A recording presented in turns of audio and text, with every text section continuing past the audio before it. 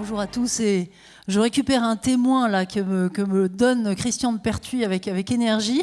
Bon, très heureuse d'être ici. Moi, je ne suis pas économiste du tout. Je suis une femme de terrain. Je suis une industrielle. J'ai expérimenté très concrètement ce qu'est cette transformation profonde des systèmes énergétiques dont Christian vient de parler. Je trouve que le thème est magnifique. Comment est-ce qu'on échappe à l'inertie ? Ça me parle. J'ai passé une bonne partie de ma vie professionnelle à essayer pas à essayer, à me poser, mais vraiment souvent la question, mais comment est-ce que ça pourrait être autrement et comment est-ce qu'on peut faire mieux que ce qu'on fait ? Donc cette question me parle particulièrement et je suppose que si vous êtes là ce matin au Forum des Transitions, c'est qu'elle vous parle aussi. Alors, sujet super vaste. Simplement, je vous propose de partager trois idées, trois pistes pour l'action, puisque c'est vraiment ça qui nous rassemble. Je pense que c'est effectivement le passage à l'action. Arrêter d'en parler et le faire. Bon. Première piste, ce qui nous arrive est inédit, et donc, ce qui nous attend, ce n'est pas un voyage, c'est une exploration. On va être là-dessus une seconde. Est-ce que c'est inédit ? Qu'est-ce qui pense que c'est inédit dans cette salle, ce qui nous arrive ? Intéressant, on est partagé là-dessus. Moi, ma conviction, c'est que c'est inédit et je vais essayer de vous dire pourquoi. Il y a des crises nombreuses qui se sont produites et qui continuent à se produire sur notre planète. C'est pas nouveau, ça. Des crises régionales, des crises internationales, et on en connaît encore aujourd'hui. Les guerres, elles m'attristent tellement. Mais ces crises, elles se déploient maintenant dans un contexte de métacrise, on pourrait dire, qui lui est nouveau. Au fond, les crises classiques, les séismes, les guerres, ont conduit au fait que l'humanité mette à disposition pour les résoudre son efficacité. La destruction, les séismes, oui, la capacité de reconstruire, les guerres, la capacité, l'efficacité armée, l'efficacité. Mais aujourd'hui, la métacrise dans laquelle on se trouve, elle n'est pas de la même nature, elle n'est pas de même nature. Il y a quelqu'un que j'aime beaucoup, vous connaissez sans doute, qui est David Attenborough, qui est un grand explorateur, pour le coup, au sens propre du terme, et qui a une façon de dire les choses que je trouve très parlante. Lui, il dit « L'homme a envahi la Terre. L'homme a envahi la Terre. » Et quand vous regardez les statistiques, quand vous regardez les cartes vues du ciel aussi, vous voyez à quel point l'emprise de l'humain sur la Terre, effectivement, s'est accrue de manière exponentielle au cours des dernières années par les villes, mais aussi par l'agriculture, qui n'est plus vraiment de la nature, comme on sait bien. L'homme a envahi la Terre, d'une certaine manière, c'est son efficacité qui l'a conduit à cela. Sa capacité à produire toujours plus vite, mieux, transporter d'un bout du globe à un autre bout du globe des matières. Voilà. Et cette efficacité-là a généré la métacrise dans laquelle on se trouve. Qu'est-ce que ça veut dire ? Ça veut dire que les solutions pour en sortir supposent d'abord qu'on change de logiciel. Du coup, je rebondis sur l'expression que Christian utilisait à l'instant. C'est ça exactement. Repenser, re-questionner. Qu'est-ce que c'est le succès, en fait ? Pour un individu, pour la société, pour une entreprise, qu'est-ce que c'est que le succès ? Voilà, donc et je crois vraiment je ne vois pas d'équivalent dans l'histoire de l'humanité que cette situation dans laquelle il a effectivement envahi l'espace. J'ai l'image, vous savez, quand on jette un caillou dans une mare, ça provoque des rides circulaires. Et puis qui à un moment donné se cognent sur les bords et reviennent. On en est là, en fait. Donc il faut changer profondément de façon de regarder le succès et explorer. Voilà. Nous sommes à un moment où, précisément, on est obligé d'inventer cette nouvelle notion du succès et d'inventer des solutions qui, finalement, nous rapprochent de ce succès désirable. Alors ici, je pense qu'il y a beaucoup d'inventeurs, parce que par définition, grâce à votre événement, et merci pour cela, parce que c'est tellement précieux, cette capacité à se rassembler entre inventeurs, je pense qu'il y a une proportion d'inventeurs dans la salle qui est plus élevée que la normale, parce qu'il y a ici beaucoup d'entrepreneurs, d'investisseurs, inventeurs aussi, qui voient bien cette notion d'exploration. Vous jouez un rôle très important dans la société, parce que cette dimension d'exploration, elle doit diffuser partout. Et elle doit diffuser aussi dans les grands systèmes, les grandes organisations, les grandes entreprises. C'est tellement difficile de faire le constat que les métiers, les cœurs de métier aujourd'hui de ces grands groupes ne sont pas le futur. C'est très difficile d'oser se le dire, d'oser le dire, et en même temps c'est très important parce que tant qu'on ne le dit pas, l'essentiel des ressources des entreprises reste sur le métier d'aujourd'hui, dans l'optimisation des métiers d'aujourd'hui.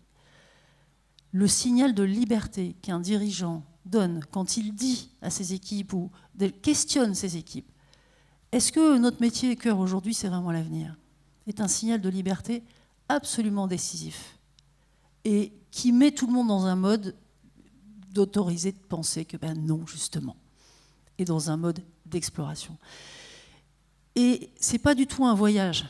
Moi, je pense qu'on est loin de vous savez, la notion de classique, pour le coup, de Schumpeter, de la destruction créatrice, de cette idée qu'un jour, il y a une technologie qui arrive, qu'elle est géniale, qu'elle déclasse toutes les autres, et que du coup, elle s'impose, et puis voilà.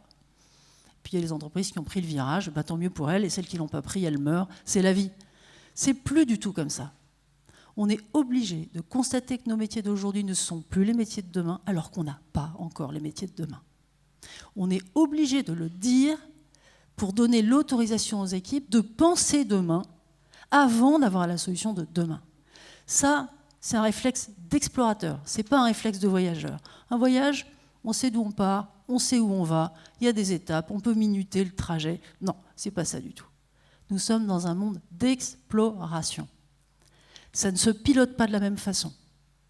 L'exploration n'est pas un monde de moyen terme, ce n'est pas un monde de plan à moyen terme, les PAMT, qui n'ont jamais fait rêver personne d'ailleurs. L'exploration, c'est un cap à l'horizon désirable, qu'on est capable de préciser au fur et à mesure qu'on avance, et puis c'est des explorations très courtes, en regardant toujours le cap, en essayant quelque chose, et en testant, ça marche pas, on se parle, on recommence, on réessaye. Ça ne se pilote pas de la même façon, et ça ne fait pas non plus appel à la même notion de responsabilité. La responsabilité de l'entreprise et la responsabilité sociale et environnementale de l'entreprise, longtemps, elle a été affaire de compliance. Ah, il fallait être compliant. Avec quoi? Des schémas très flous, qui disent tout sauf une vision, en fait. La compliance, non. Le monde de l'exploration, ce n'est pas de la compliance, c'est de l'engagement. Et pour moi, une entreprise responsable, c'est une entreprise qui se déplace vers l'avant, qui explore, qui met le maximum de ses ressources à l'avant. Alors parfois, on me dit, oui, mais attention, il ne faut pas mettre l'entreprise en péril. Oui, d'accord, mais il y a de la marge. Les entreprises qui ont parfaitement les moyens de dédier énormément de leurs ressources à l'invention de demain. Et c'est comme ça, de mon point de vue, qu'on doit regarder la responsabilité de l'entreprise. Donc voilà, première piste pour l'action, changer de regard. Ce qui compte, c'est explorer, promouvoir des explorateurs, donner du support aux explorateurs, changer les instruments de mesure de la performance de l'entreprise pour que celles qui innovent plus, qui prennent plus de risques, ressortent grandies par rapport aux autres et que ça se voit. Les indicateurs de performance aujourd'hui ne le montrent pas. Alors ça, c'est une petite passion avec les 120 personnes qui constituent Bluenomie aujourd'hui. Un de nos métiers, c'est ça, c'est d'inventer des indicateurs de performance qui détectent l'exploration et qui permettent l'ensemble de ceux qui financent tout particulièrement de mettre leur argent au bon endroit. Première piste pour l'action, c'est de l'exploration et ça, on doit tout aligner à partir de ça. Deuxième piste pour l'action, l'ingrédient le plus décisif, le plus caractéristique de cette époque, c'est l'humain. C'est pas d'abord l'argent et c'est pas d'abord la technologie. Bien sûr qu'il faut de l'argent, d'ailleurs il n'y en a jamais eu autant en circulation. Nous sommes dans des situations totalement paradoxales. Mais s'il n'y a pas des humains qui disent en conscience où cet argent doit s'investir et qui ont le courage d'explorer précisément, mais vous pourrez mettre tout l'argent que vous voulez dans le système, ça ne le transformera pas. Technologie, il n'y en a jamais eu autant de... Je suis passionnée par ça, scientifique de formation, le rythme d'innovation est spectaculaire. Mais s'il n'y a pas des humains qui se demandent comment finaliser cette innovation, elle n'ira pas au bon endroit. Et ça, c'est une piste pour l'action, parce que nous sommes dans un moment où il est vital pour chacun d'entre nous de se former.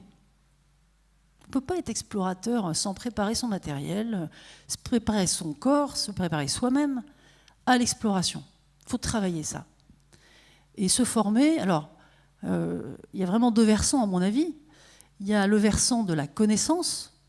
Vous savez, moi je me suis retrouvée dans le secteur de l'énergie, je ne connaissais pas les sujets de carbone. Je ne les ai pas appris ni à l'école ni à l'université. Et qui peut dire aujourd'hui dans cette salle qu'il se sent parfaitement formé à tous ces enjeux qui arrivent sur ces limites planétaires? Donc se former au sens des points de repère, des cartes. Il y a quand même des bouts de cartes, de plus en plus. Mais se former aussi au sens de la boussole. Un explorateur, il a repéré le terrain, il a assemblé toutes les informations qu'il pouvait, mais il a fondamentalement à l'intérieur, il a un désir. Ça aussi, ça se travaille. Pourquoi j'ai vraiment envie de m'engager?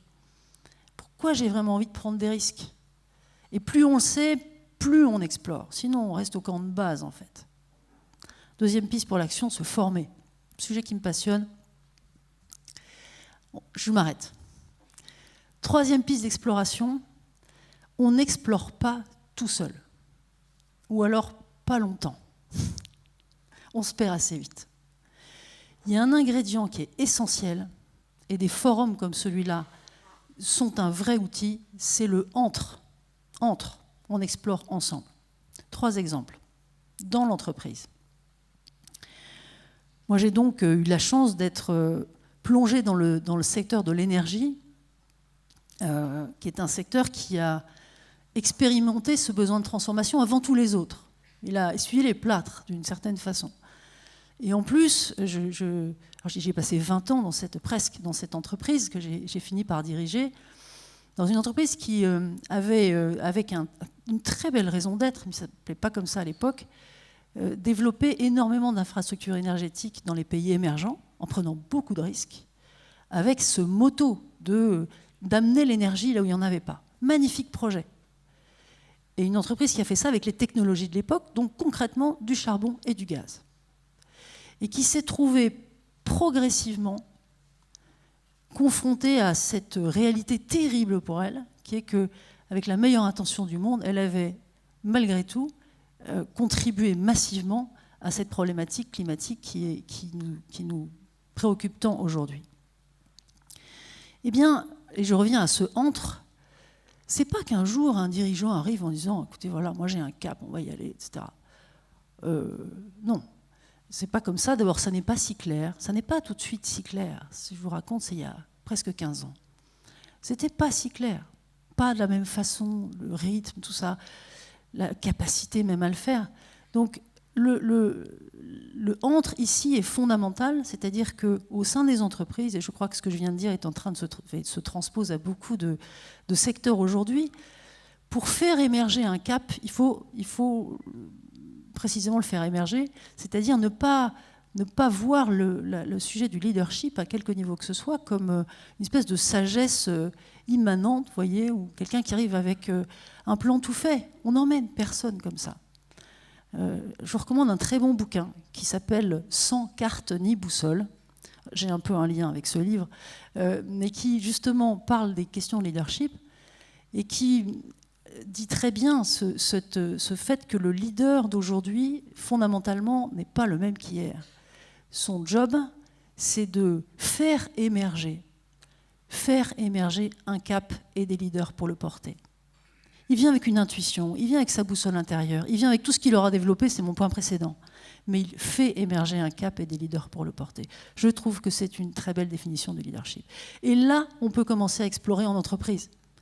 Ça donne, et moi je l'ai expérimenté, des énergies incroyables au sein des équipes.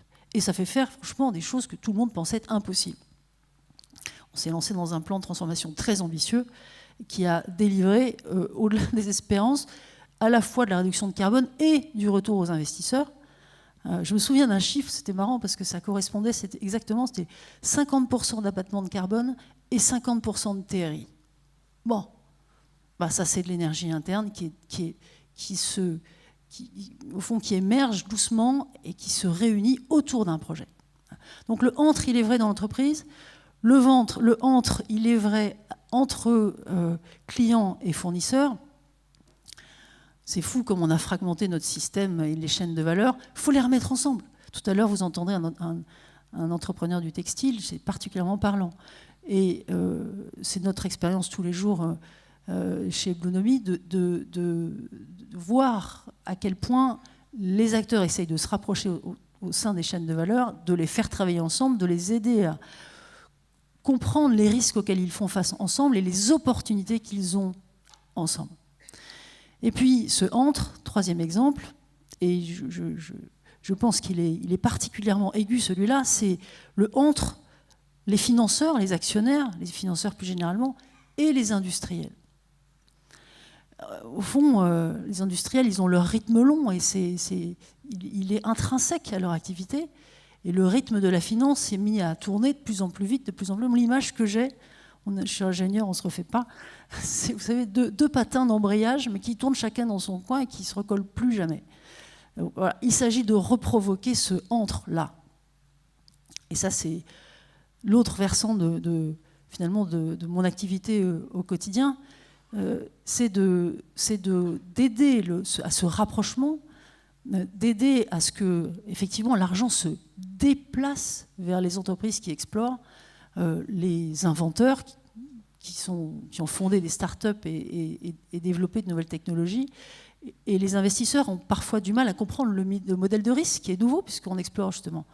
Donc il faut le décrire, il faut le quantifier, il faut le mettre au regard d'autres choses, il faut arriver à l'évaluer. Donc il y a un énorme travail de rapprochement là à faire et heureusement des acteurs particulièrement engagés, et il y en a ici, pour prendre des risques et mettre de l'argent chez ces inventeurs. Et puis il y a aussi aider les investisseurs, toujours eux, à repérer, je ne parle plus des inventeurs et des startups maintenant, mais des grandes organisations, lesquelles d'entre elles bougent réellement.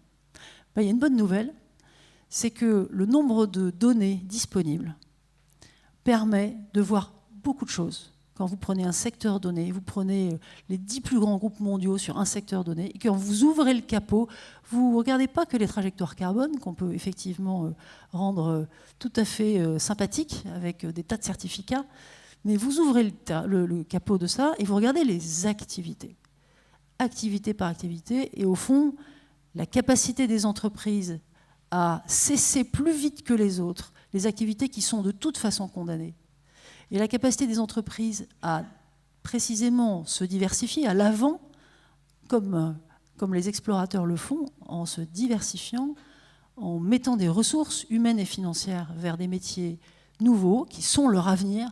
Eh bien, ceci, ça se mesure. Ça s'appelle du transition scoring.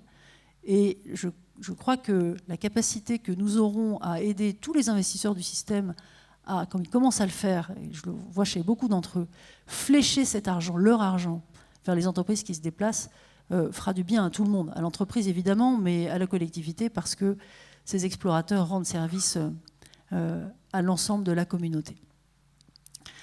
Voilà, je crois que nous avons là des pistes pour l'action. Assez parlé de tout ça, il faut le faire. Je voudrais terminer en vous disant que, au fond, ce n'est pas forcément une mauvaise nouvelle. C'est un rendez-vous inouï, en fait. Une espèce de rendez-vous de sagesse vis-à-vis duquel nous nous trouvons, qui, au fond, va tester notre capacité à tous d'humanisme, de solidarité.